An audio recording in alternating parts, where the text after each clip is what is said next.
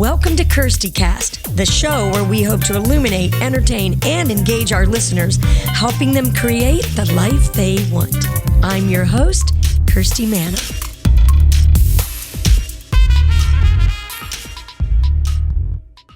Hi everybody, I'm Kirsty Manna and welcome to Kirsty Cast. I'm so glad that you decided to take some time and check out what we're doing over here in the studio.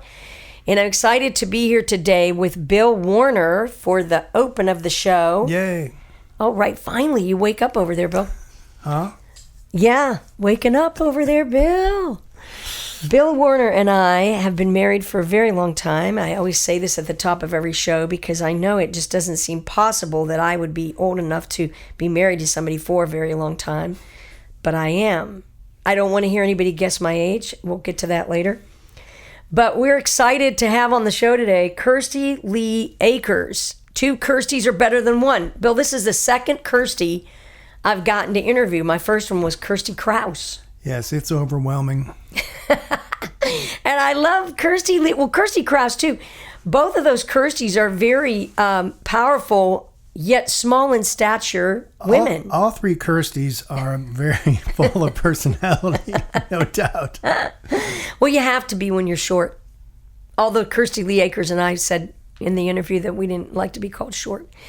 But anyway, I loved talking to Kirsty Lee Akers because she is an Australian artist and she makes such a commitment every year to come to Nashville, Tennessee to write and record music and go back with a whole bag of songs and decide what she wants to record over in Australia and release.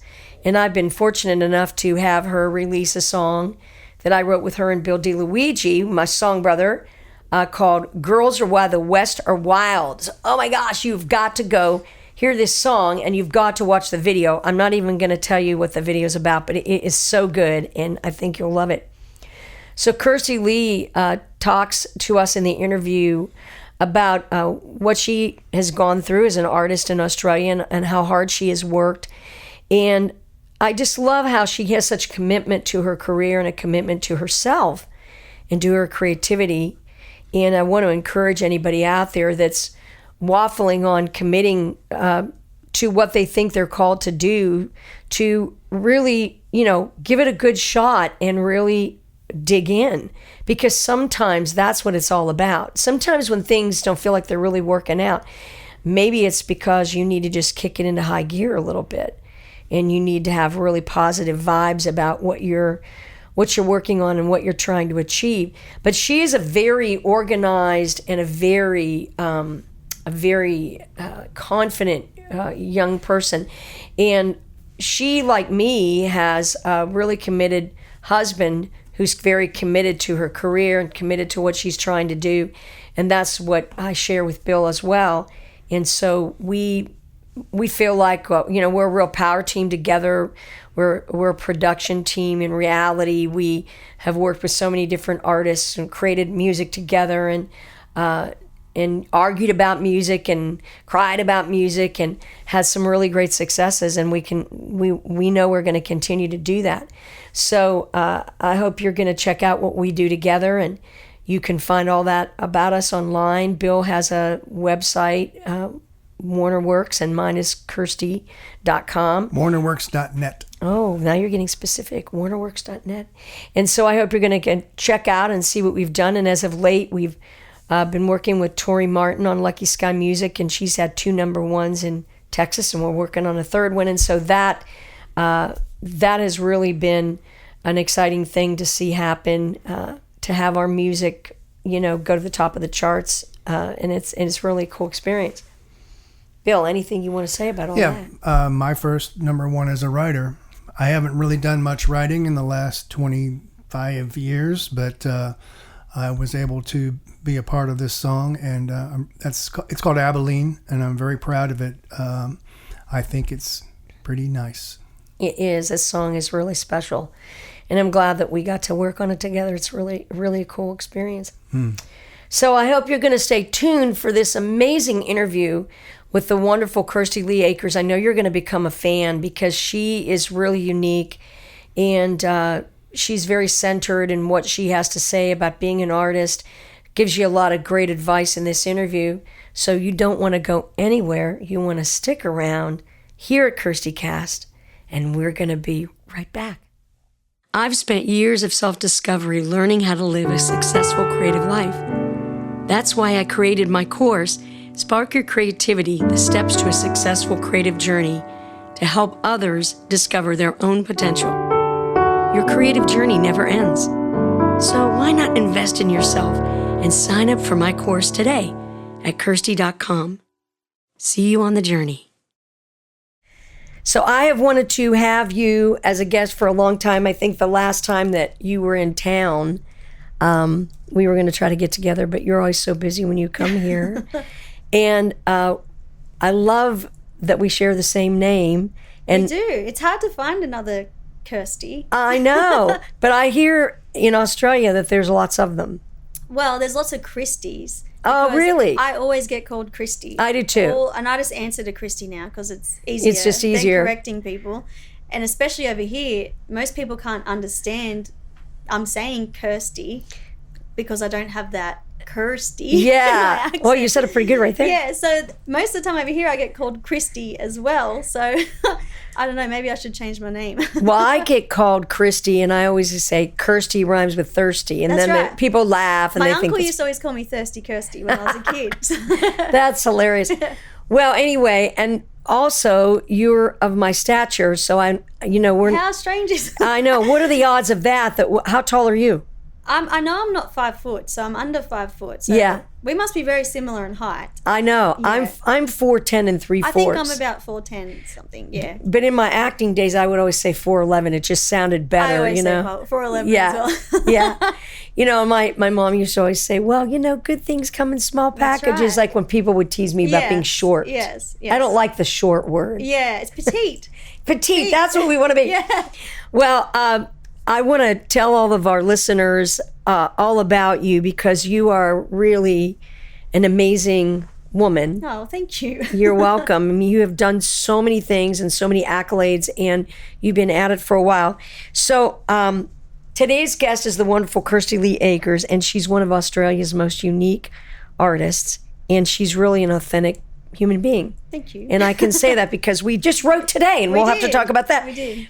She's a rare talent. She's proud of her First Nations heritage, and I might say this wrong. She's how do you say this? Wanneroo. Wanneroo woman, and that's Hunter Valley, Australia. I want to talk about Yeah. that. That's really cool.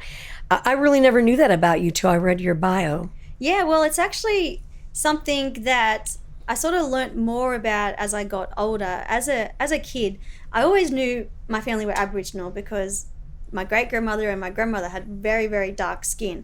Oh, But in Australia, we have this dark history when it comes to Aboriginal people and how they were treated. Yeah. And my great-grandmother was always raised to not even acknowledge it because we have what we call in Australia the stolen generation. So a lot of children, even up until, there's actually a documentary on Netflix, the government won't acknowledge it, but even up until the 70s, children were still being stolen from their parents. You're kidding. Yeah, so we have the stolen generation where what they would call half caste or whatever they wanted to call them back then, where they might have had a white father and an Aboriginal mother, and they would take these children, literally steal these children and put them in homes and try and raise them as white people, basically. Right. So back then, in those days, you had the risk of being stolen. So if you were someone that could pass as just being tanned and not, Aboriginal, they wouldn't acknowledge it. So my great-grandmother, unfortunately, was raised to not acknowledge her heritage. Oh, my gosh. And my immediate family, my mom and my aunties and my nan, would always try and talk to her about it, but obviously it was a very touchy subject and she would never speak about it. And it wasn't until she passed away and we were, packing up all of her things and all of her house, and we came across photos of her mother and her brothers and sisters and birth certificates and death certificates and all those kind of things, that we actually saw it there in writing that yes, obviously, the family was Aboriginal, and I was able to, trace my whole heritage back to about my 4 times great grandmother, which was really amazing because up until then we didn't really know anything because it just wasn't spoken about. Yes. And so I guess for me, I feel really terrible, but that my great grandmother had to grow up like that and not acknowledge who she was as a person. So I guess for me, I try and talk about as much as I can and not be ashamed of our history, because it's nothing to be ashamed about. It's just unfortunately this sort of thing, that dark past that Australia has. Yeah. Well, it's the same thing with America. I mean, with Native Americans, Definitely. where so many It's very similar. Native American tribes, children were put in foster homes and had their hair cut, weren't allowed to speak their language, and it's very sad. I think it is a very confusing thing for a kid, for anybody. Definitely would be. And to have to give up, your family and never see them again. You should write a song about that. I should. That's really interesting. The way you said it, it was beautiful. The way you described. Well, that's something I just learned about you, and I think that's so cool. And again, you should write a song about it. I think you should go home right now, as soon as you get back to Australia. Well, you are into all kinds of musical cultures, and you've just told us today that you started a new duo with your husband and another musician called Rhinestone, and I want to talk about that. Yeah. And you've had an amazing international touring schedule. You've been touring in North America and in Australia. You come to Nashville every year, and that's a big commitment to come here.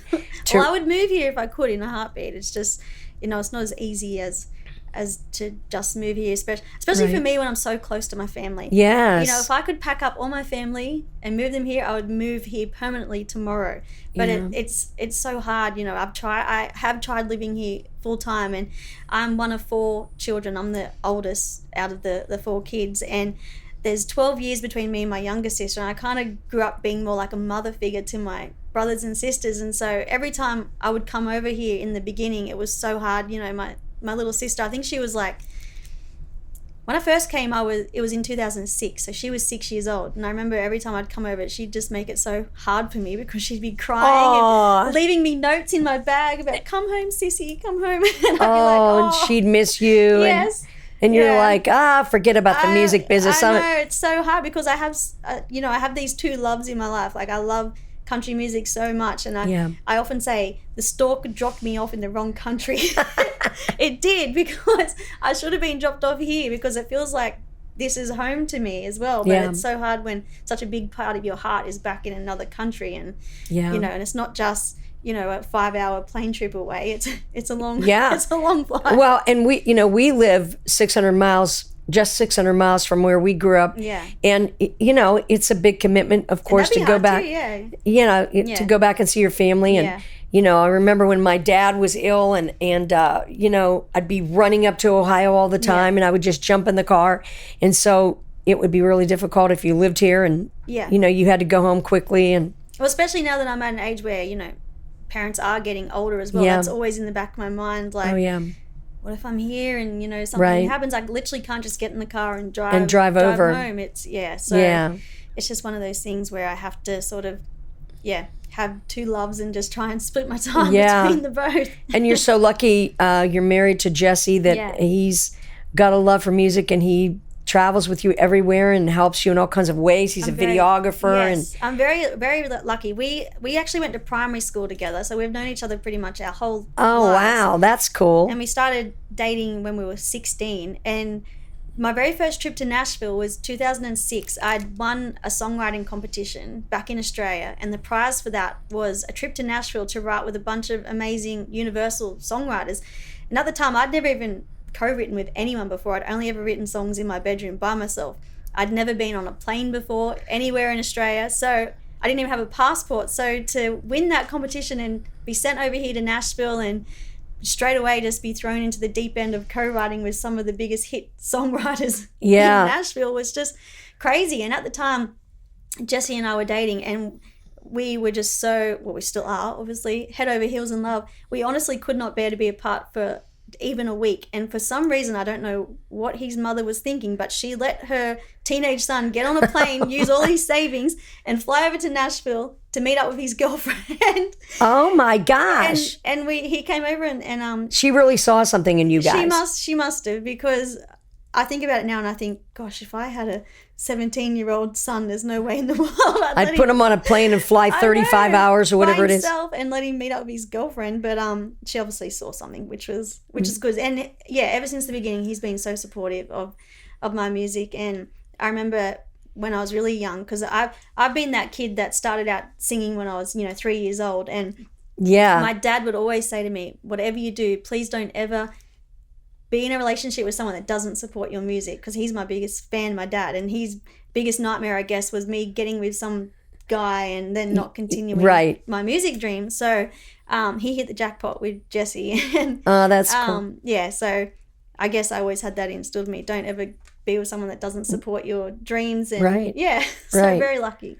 Well, when you're a teenager, I mean, I remember, and you do too, how impressionable you are as a teenager.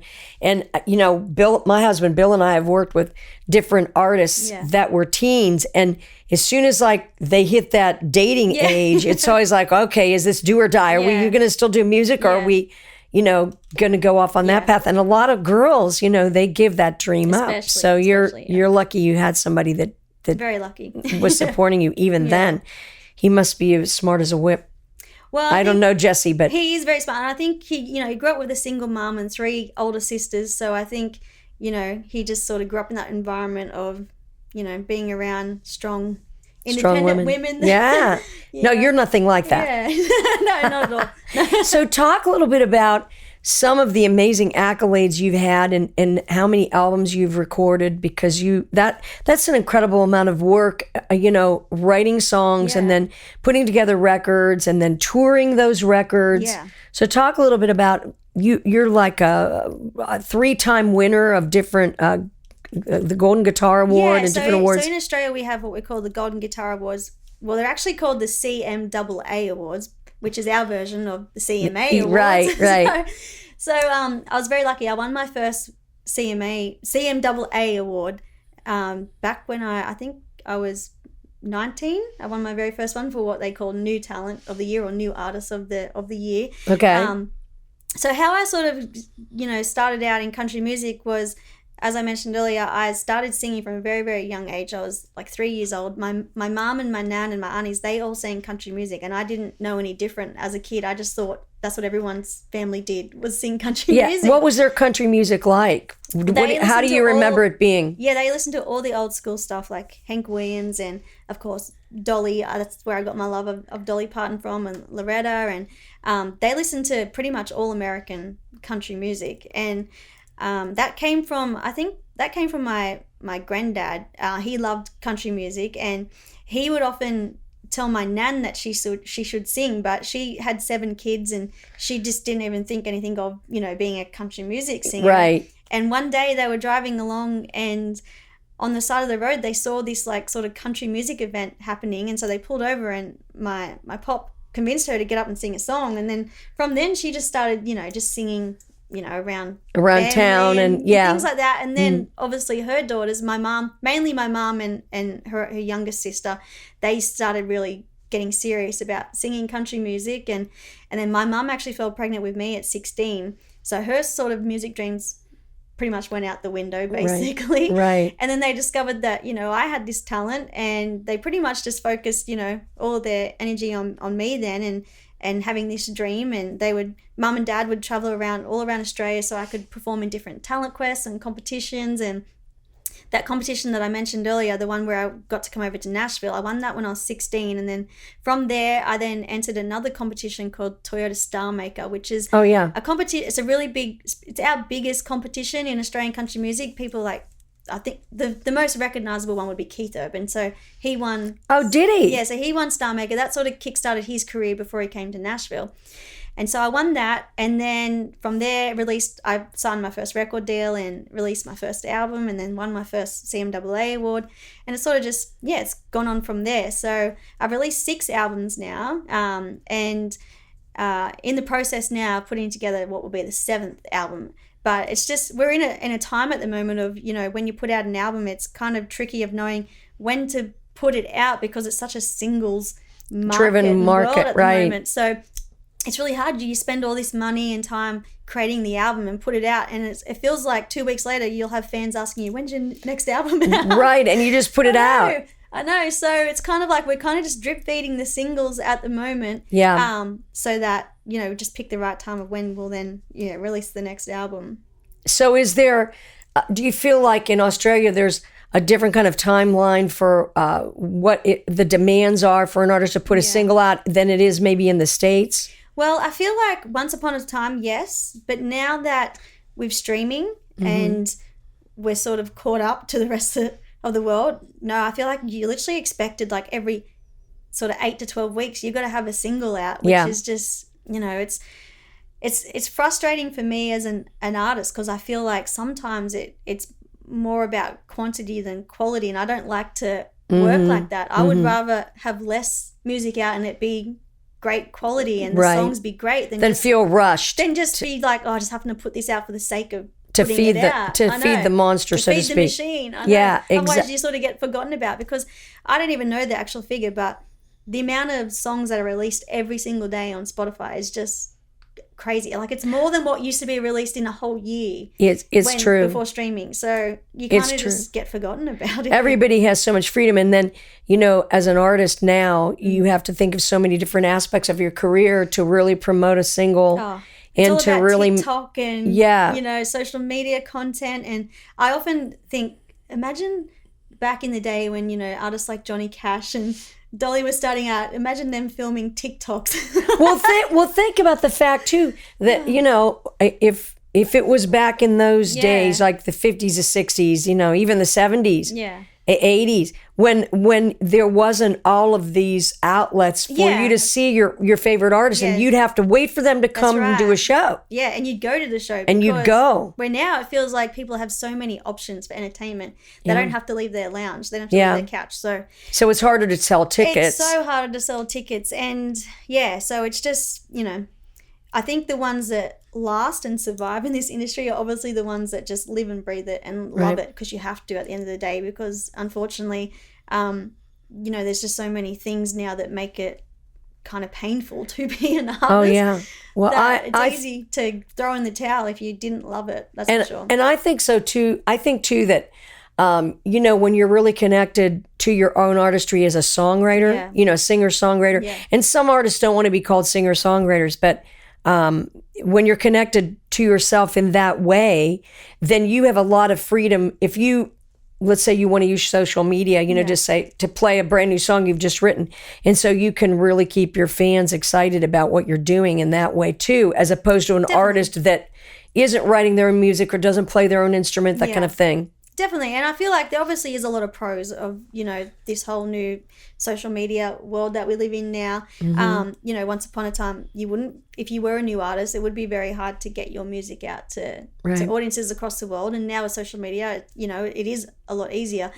But at the same time, it just becomes this kind of machine where if you're not posting this amount of videos every single day, it's like the algorithm's not going to show your stuff to people. So it's one of those things where every now and again I just need to take a break from it, because I'm like, this is just it makes you not love it anymore. Well, it doesn't feel real anymore. It doesn't. It doesn't feel real. And speaking of not feeling real, when we were writing, we got into the new conversation everybody's having about AI. And so you were talking about how you feel. Speak a little bit about how you feel about AI and how you think it affects what you do. Well, I have been one of those artists. Well, I'm pretty old school anyway when it comes to everything. Like I said to you today, I never write a song on like my laptop or anything like that, because I just like paper and pen. And even when I type my set list up for shows, I print it out on paper. Oh yeah, I'm still into paper like that too. Yes, on the ground. So I've honestly been very against this whole AI world for a long time now. But I'm slowly, coming to the party with little bits and pieces of which are handy. But at the same time, I just feel like eventually it's just going to take over, and we're just going to be listening to songs that are created by these computers and robots, and there's not going to be the emotion in it. Like I often think about some of the greatest songs of all time that just trigger this emotion in you when you hear them. And I just can't imagine Chat GTP being able to create that kind of emotion. And I know there'll be people out there that say, yes, it can, it'll learn and it'll do that. But I don't know. I'm just one of these people that thinks, I don't know, those sort of songs just come from somewhere very deep inside, and it's hard to, I don't know how a computer can, they don't know what it feels like to lose the love of your life or whatever. So I don't know. I guess, you know, it's this modern world we live in now, and sometimes if you don't jump on board, you get left behind. But at the same time, you know, if everyone does that, eventually there's going to be no what's going to be left. Right. Yeah. Well, and I always think that, you know, it can take away, like just what you were speaking about, take away people's desire to create in a real way, take away people's, you know, way they make a living, you know, that kind of a thing. Definitely. And it is very hard for songwriters to make a living, and we have to think of so many different streams of revenue in ways to make money.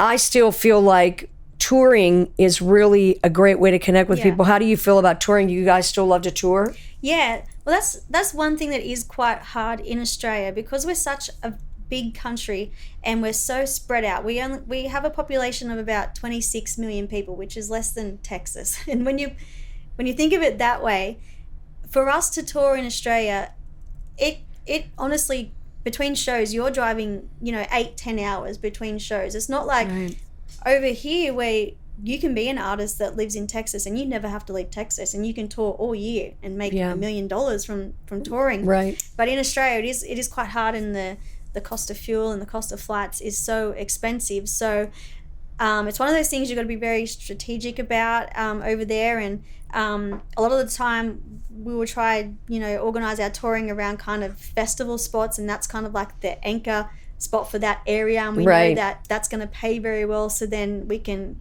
use some of that money to pay for, you know, the travel to these shows. And actually we are quite lucky in Australia where we have a lot of government grants, so they really want to support you know, the music industry in Australia, especially since COVID, because during COVID the music industry was like literally the first industry to be wiped out. Was really devastated. Was totally wiped out.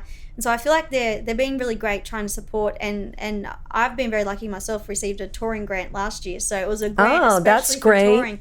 And we wouldn't have been able to do the tour without the grant, because it just covered all the expenses like accommodation and travel, and we're actually able to make money finally from touring over there. Yeah, because you're already you were above the line. Yeah, and so we went out to areas. We called it the Small Town Big Hearts Tour, and we went to areas. Oh, that's a good name. Don't ever get live music. So we went to like these towns which literally have a population of 10 people, but people drove for hours from around, and they came to the show, and we played the shows in these really cool old school halls where we just did the show ourselves. We sold the tickets ourselves, we promoted it ourselves, and it was crazy that like nearly every show sold out. If we'd done that tour in the city in Australia, we probably would have really struggled to sell tickets, because there's just so many options for people there. But because we did it that way, it was really great, and it was so great to play the songs and see the connection with the fans, and they were able to experience something that they don't normally get to experience, because they just never get live music out that way. And they don't have any outlet. They don't have any way to go to the big city and see it. And because that is really costly, you know, if you do live in a small town if you want to. I remember I knew somebody that worked with Reba McEntire, and she would talk about these fans that would just drive for hours and spend all of that would be like their vacation. Yeah, definitely. Yeah. Would be to go see a concert. Yeah. You know? Yeah. That's really nice. So then were you able to connect with were there fans that you already had in some of those towns, or were they all new fans? Yeah, we definitely had a bunch of fans that were already fans, but it was great to see all the new fans that we created as well, because, you know, it was actually very funny. We did a show in this really small town, and when I say small town, it's like one street, you drive through it and that's it. And I don't actually know what the population is, but I had this man come up to me at the end of the show when we were signing, and he said, I thought I was buying tickets to a Casey Musgraves concert. And I just said to him, I said, what made you think Casey Musgraves would be doing a show here and the tickets would be this price? Oh my gosh. he said, "Oh, I just saw your photo and I thought it was Casey Musgrave." Oh, well, that's a compliment, I guess, right? I said, well, that's a good compliment, thank you. But I just couldn't. It was really funny to me at the time because I thought, I wonder what made him think, oh, Casey, Grammy Award-winning Casey Musgraves is doing a concert in the middle of Australia, in the middle of nowhere. That is hilarious. At this really old hall, and the tickets are really cheap. Now, where did you stay when you would go somewhere remote? Were you staying in people's houses, or were you staying in hotels? So a lot of the places, we wouldn't be able to stay right in that town. We'd have to, maybe travel an hour or whatever, and we'd stay. We have what we call pubs in Australia. Okay. So a lot of the pubs in Australia have these sort of rooms upstairs attached to them, and they're definitely not 5-star accommodation in any means at all. So when you're touring in Australia in these sort of areas, you have to be prepared that the accommodation rough is it. not, yeah, it's going to be very rough. Going to be roughing it. So it's like a step above camping pretty much. So I think that comes back to being an artist, and you obviously really love doing what you do, because there'd be so many artists, I feel, what I call TikTok artists these days, that have never done a show in their life and never toured. Wouldn't survive 5 minutes. Well, listen to this. We were out on the road, with Tori Martin last year, and we played somewhere, and the guy that was running the club, the owner, he was talking about TikTok artists. Nothing against you TikTok artists out there, but he was talking about some of the artists that he hired that they would get up on stage and they'd sing with their back to the audience, and they just don't have any experience not being in their bedroom singing their songs. Yeah, and some of these artists are getting signed to big record deals, and I guess they release the one single and they hope to make however many millions of dollars from it, and then you don't really hear much more from them, because at the end of the day, a lot of them don't really have the experience, I guess, right? Because they are just young people that have been in their bedroom and played a song and posted it online, and it's taken off. And and often I actually do feel sorry for a lot of these artists, because unless they have the support network around them, it could be so daunting and scary just getting thrown into that sort of deep end. And the expectations of it. That's I mean, right. You're an artist who has a lot of depth and a lot of a passion and desire for what you do. And so what is something you'd like to say to a record label executive that is signing a TikToker and is overlooking artists like you? How do you feel about that? I say stop being an idiot.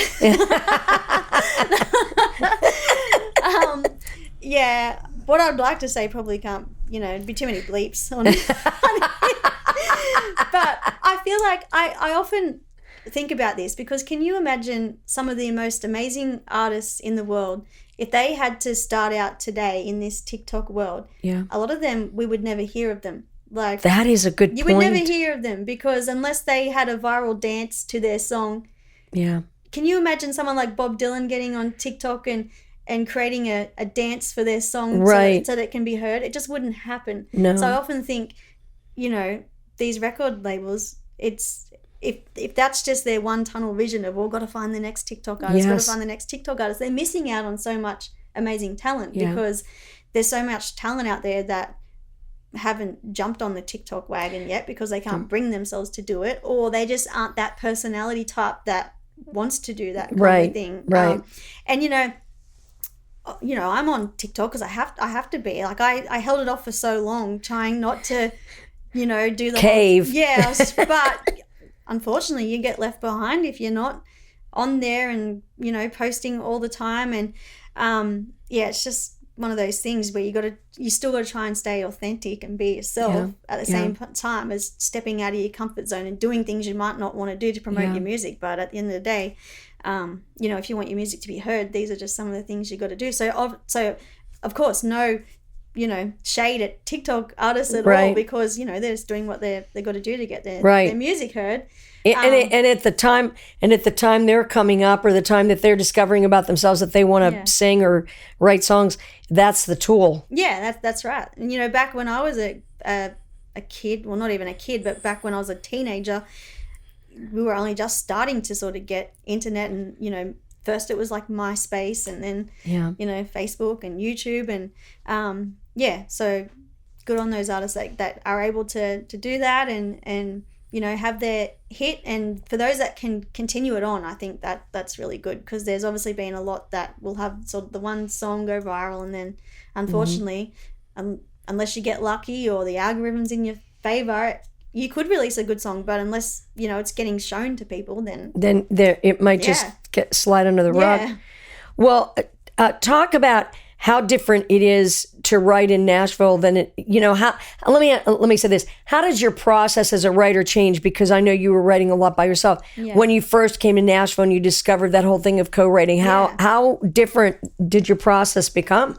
Yeah, well, now I just am so used to co-writing. That's how I prefer to write. Well, you're very communal. You're like me. Yeah. We like the party. Yeah.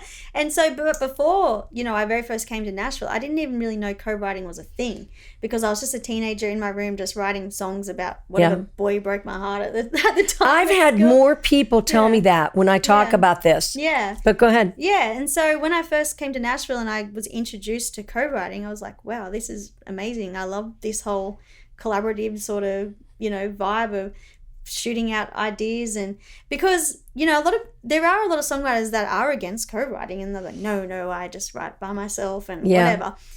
But there's been times when I've had an idea for a song and I think, oh yes, it's got to go this way, this song's going to be so great, and you take it into a session and the writer will suggest one tiny little thing of like making it different in whatever way, and you think, why didn't I think of that? But that's amazing. Like, yes, that's amazing, let's go with that. And the song turns out could be in a totally different direction of what you originally imagined.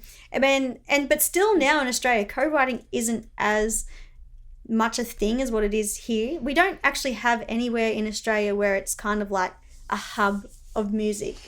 Like Nashville is. Yeah, we don't have a Nashville. We have, a town called Tamworth, where we have the Tamworth Country Music Festival, and people will say that's the home of country music in Australia. But unfortunately, it's only the home of country music for 10 days of the year when we have the festival. If you go to Tamworth any other time of the year, there's no artists there, there's no industry, there's no shows, there's nothing. There's not an area in Australia where all artists live and where you can meet up every week. There's nothing like that. So co-writing is very hard unless you want to do it online in Australia, because everyone just lives so far apart. And it's funny, I catch up with more Australian artists when I'm in Nashville. Get out of here. Than when I'm back home, because we all just live so far apart. We all live in different states.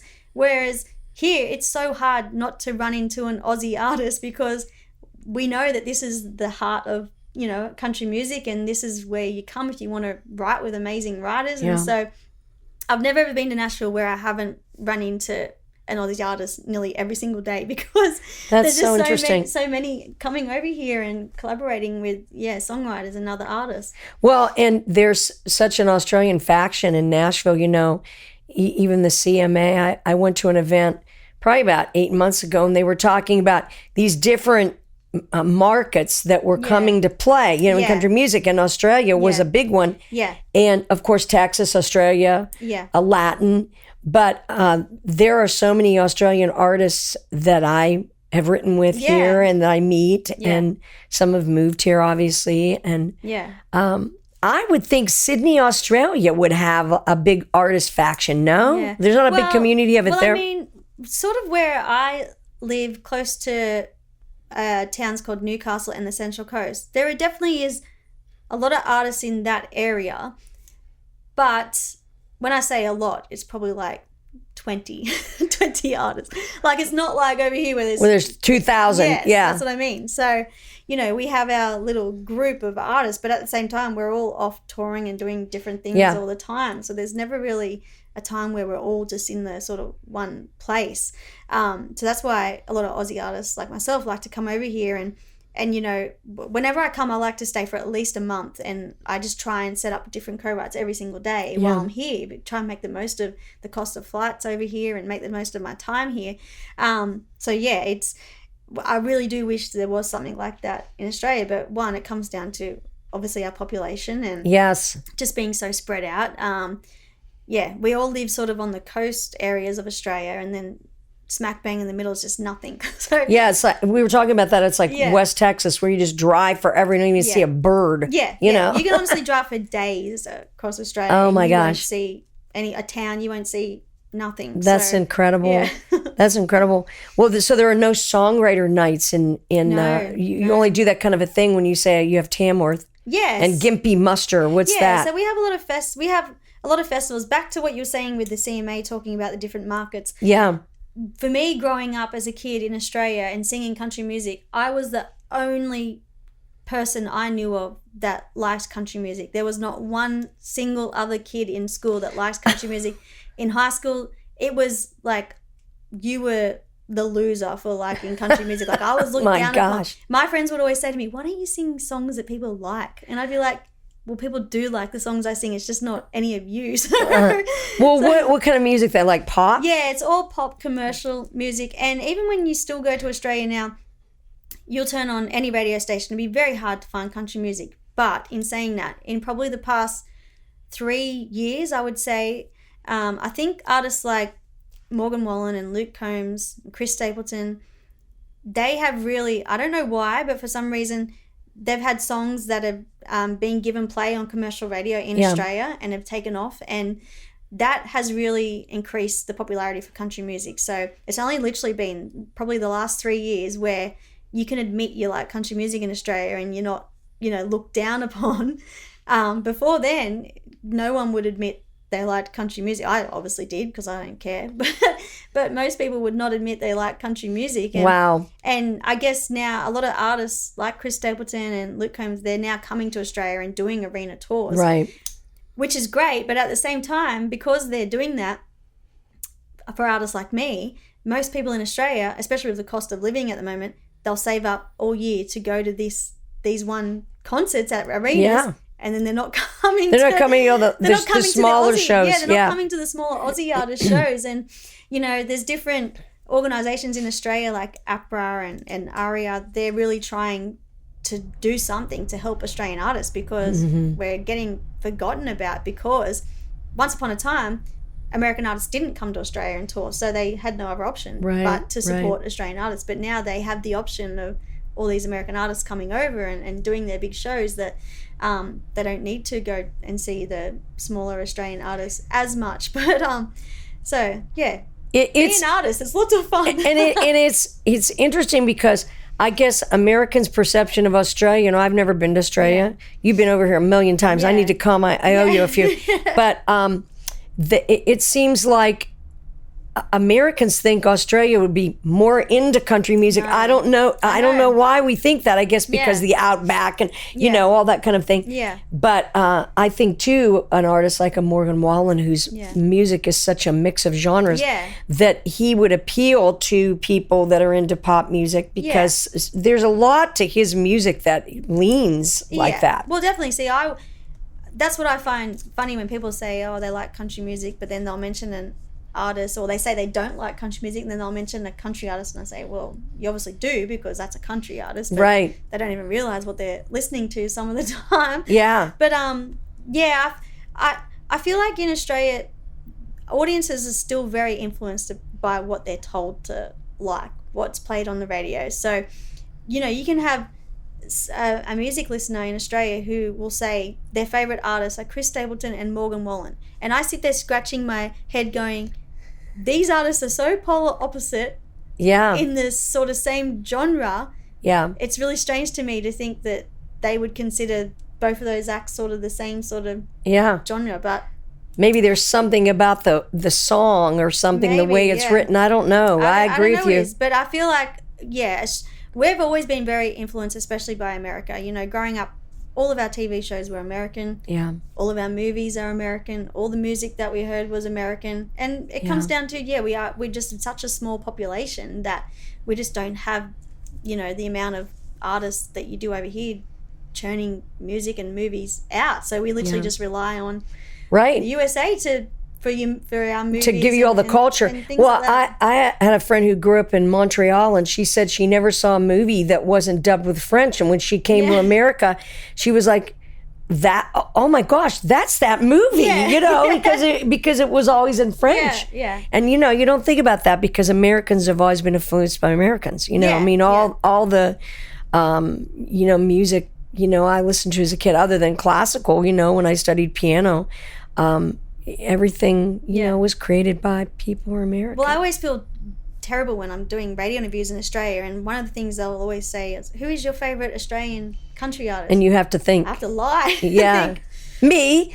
You go Kirsty Lee Akers? Like, my favourite artists are American, unfortunately, because that's just what I grew up listening to. All my, you know, grandparents' records were, you know, Hank Williams and Loretta and Johnny Cash and all those sort of artists. Yeah. I didn't really hear Australian country music other than obviously myself growing up, and I guess I used to get a lot of criticism for that, as in, you know, when I would be singing in competitions and they would tell me that I sing with American accent, and I'm like, well, I don't try to, it's just that's the music I grew up listening to, and that's how I would hear it being sung, so that's just how I sing, like, because that's just all I heard growing up. So and it really spoke to you. Yeah, it really spoke to you. You know. Yeah. So I didn't know. And you know too, when you think about, you know, growing up on that kind of music, and I think about, you know, my grandparents would always play the Opry. You know, when my parents would go out, we'd sit in my grandparents' house, and they would be listening on the AM radio, and there weren't as many artists then. Yeah. You know, you think about how many more artists. Are people really into streaming in Australia? Do people use Spotify, or what do they use? Yeah, so pretty much CDs are just, you know, I've got hundreds of CDs sitting in our garage because people just stream now. That's how they get their music, and, you know, and not just with music, it's things with, you know, Netflix and video all those and everything, sort of things. It's all streaming. So, and I guess why there is so much more music now is because you literally can just be a kid in your bedroom and create a track on your computer and upload it to Spotify, and there's no gatekeeping of who can and can't release music. So I guess that's why our market gets so saturated as well by so much music, and it is easy to get lost amongst all that. Oh yeah. Well, speaking of creating stuff, I would love to have you play a song today, and you said you thought you'd play something that we wrote together. We've written together, 4 times, I think? Written together a few times now, so I thought I should definitely sing a song that we've at least written together. Oh, yeah, that's great. Well, why don't you play it for us and tell us the title and everything, and then we can talk about it after. Will do. All right. Okay, this song is called Girls Are Why the West is Wild.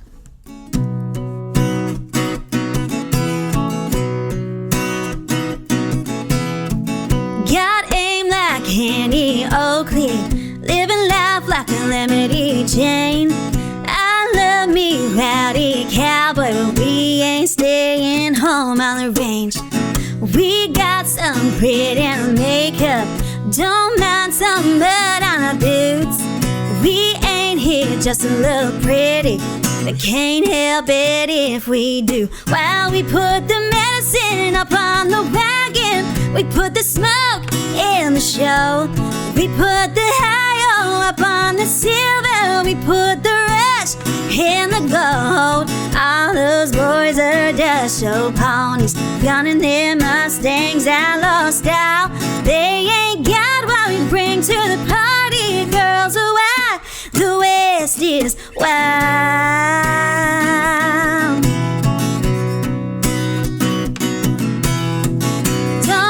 To pack no pistol or stick up some midnight train. We shine while we're making history. Last time I checked, we were holding the reins. While we put the medicine up on the wagon, we put the smoke in the show. We put the high up on the silver. We put the rush in the gold. All those boys are just show ponies, gunning their Mustangs outlaw style. They ain't got what we bring to the party. Girls are wild, the West is wild.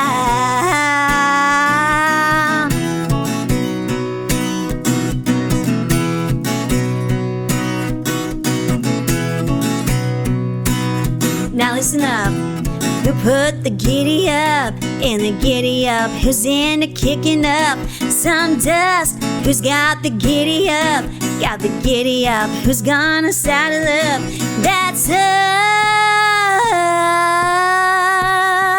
While we put the medicine up on the wagon, we put the smoke in the show. We put the high up on the silver. We put the rush in the gold. We put the medicine up on the wagon. We put the smoke in the show. We put the high up on the silver, we put the rush in the gold. All those boys are just show ponies, gunning their Mustangs outlaw style. They ain't got what we bring to the party. Girls are wild, the West is wild.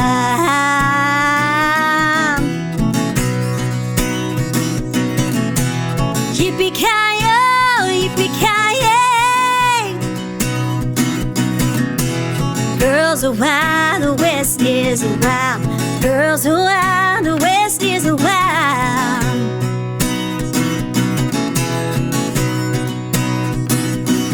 Oh, girls are wild, the West is wild. Girls are wild, the West is wild.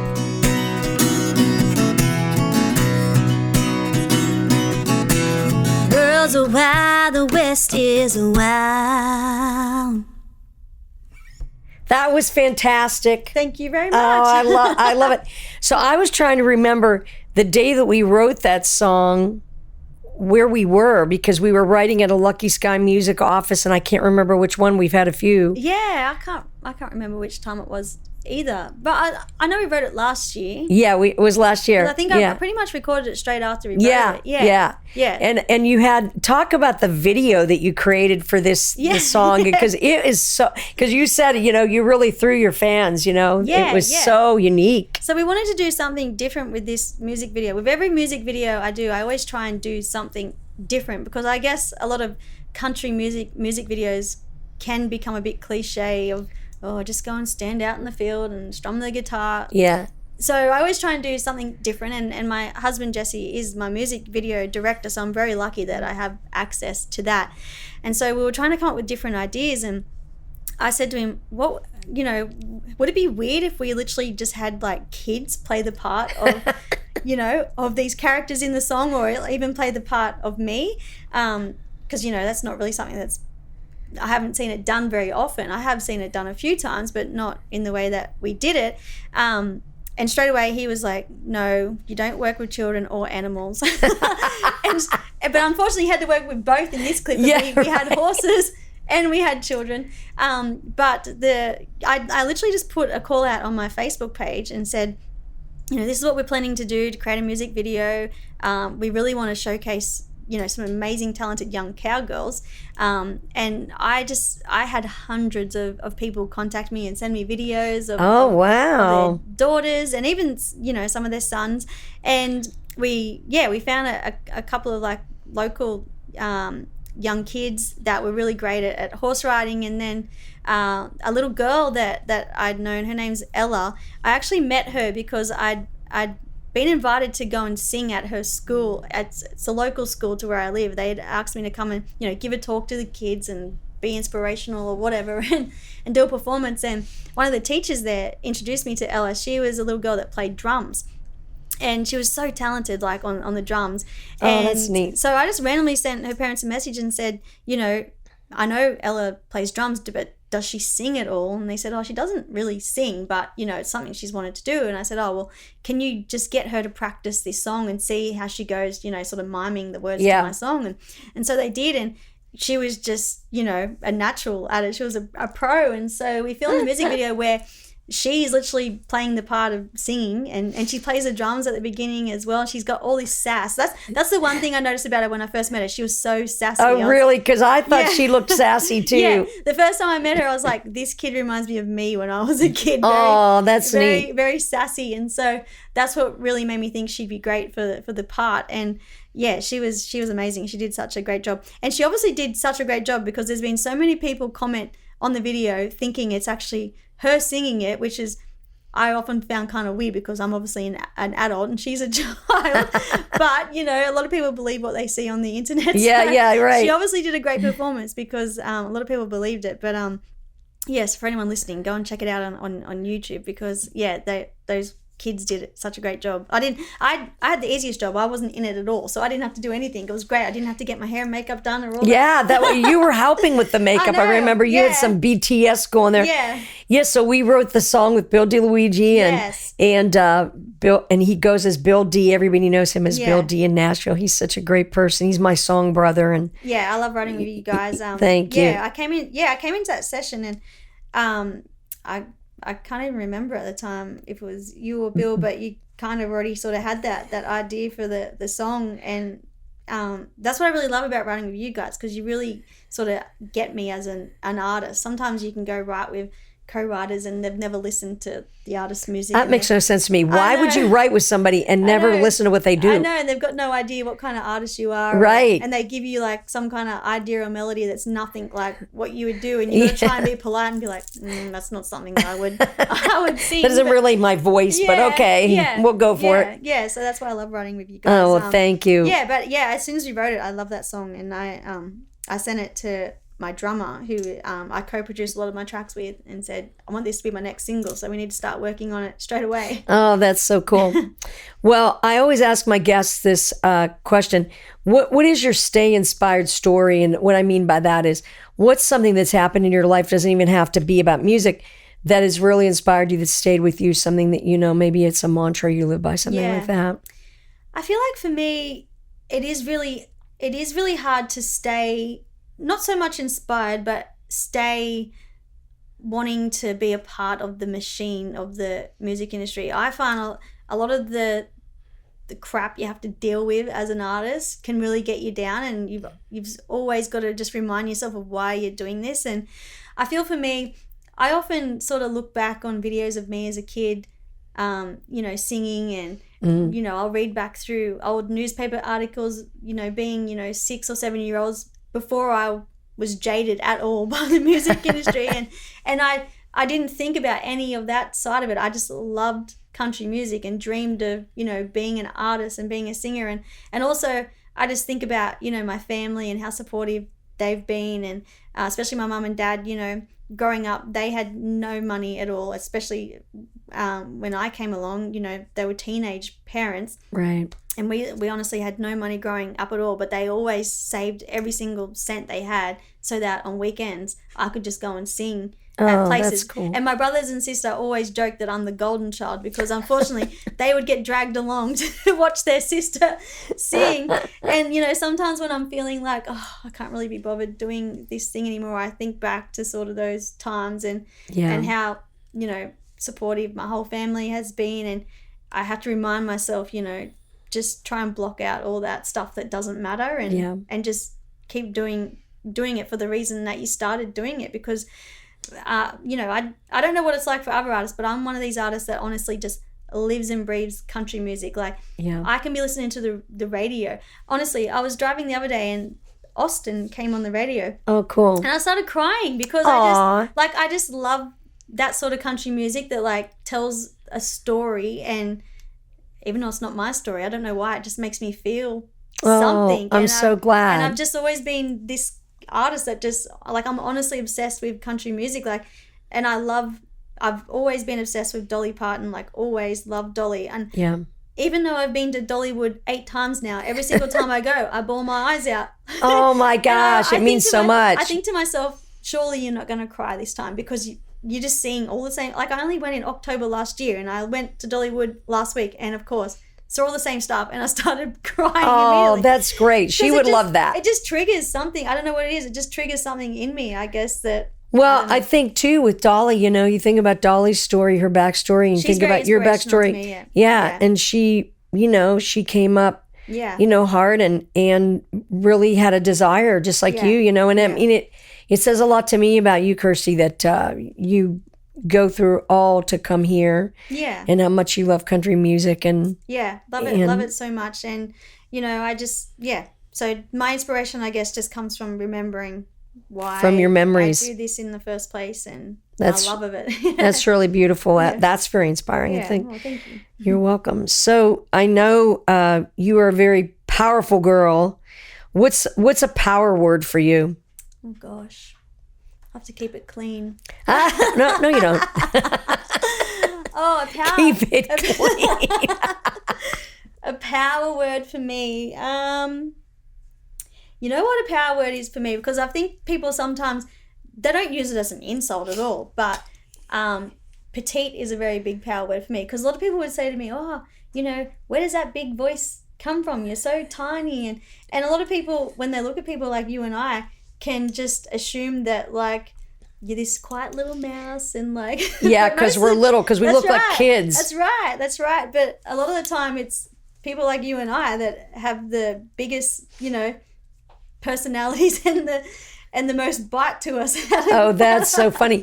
I never thought of it that way, but I actually had somebody say to me one time when they met me in person, they said, you sounded taller on the phone. I thought, I don't know what that means, but okay, I guess it's a compliment. I get told that all the time, like, oh, you look so much taller on TV or whatever. And I go, oh, I don't know. Oh, that's great. That's a great one. Yeah. Well, it has been such a pleasure to talk to you like this and hear everything that you're feeling. Oh, you're so welcome. And so tell everybody where they can find you online on Spotify. What do you have coming next? And yeah, so I'll have a new song coming out very soon. So you can keep up to date with everything I'm doing on social media. So Kirsty Lee Akers on Facebook and Instagram and TikTok and YouTube, and my website also, which is www.kirstyleeakers.com. And it's Kirsty. Why? Yes. Yes. Well, it's been such a pleasure. We love having you here, and so great to see you and for making the time, because I know you're super busy while you're here. And when we come to Australia, then come and stay. Yeah, I'm going to stay at your house. Yeah. All right. Well, we want to thank everybody so much for tuning in today, and with our wonderful guest, Kirsty Lee Akers. We're so honored to have her. Make sure you check her out, all of her music. Don't forget to check out my website, kirsty.com, where there's all kinds of things that you can find out what I do.